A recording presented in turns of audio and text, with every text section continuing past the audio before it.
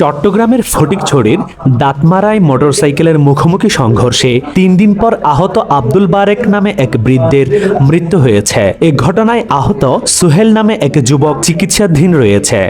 সীতাকুণ্ডে বিয়ে করতে এসে প্রাণ গেল সৌদি আরবের এক প্রবাসীর। আগামী 24শে জুলাই তার বিয়ে হওয়ার কথা ছিল।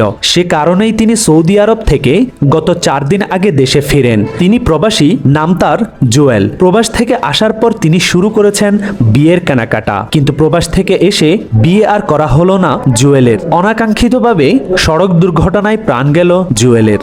মোবাইলে আপত্তিকর ছবি ও ভিডিও ডিলিট না করায় বন্ধু মামুনকে নির্মমভাবে হত্যা করা হয়েছে। 1 লক্ষ টাকার বিনিময়ে সন্ত্রাসী ভাড়া করে হত্যার এই মিশন বাস্তবায়ন করেছে তারই বন্ধু।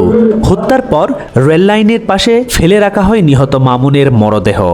রাঙ্গামাটি চট্টগ্রাম মহাসড়কের বেদবুনিয়া বাজারে সড়ক অবরোধ করে বিক্ষোভ সমাবেশ করেছে ইউপিডিএফ সমর্থিত 3 সংগঠন।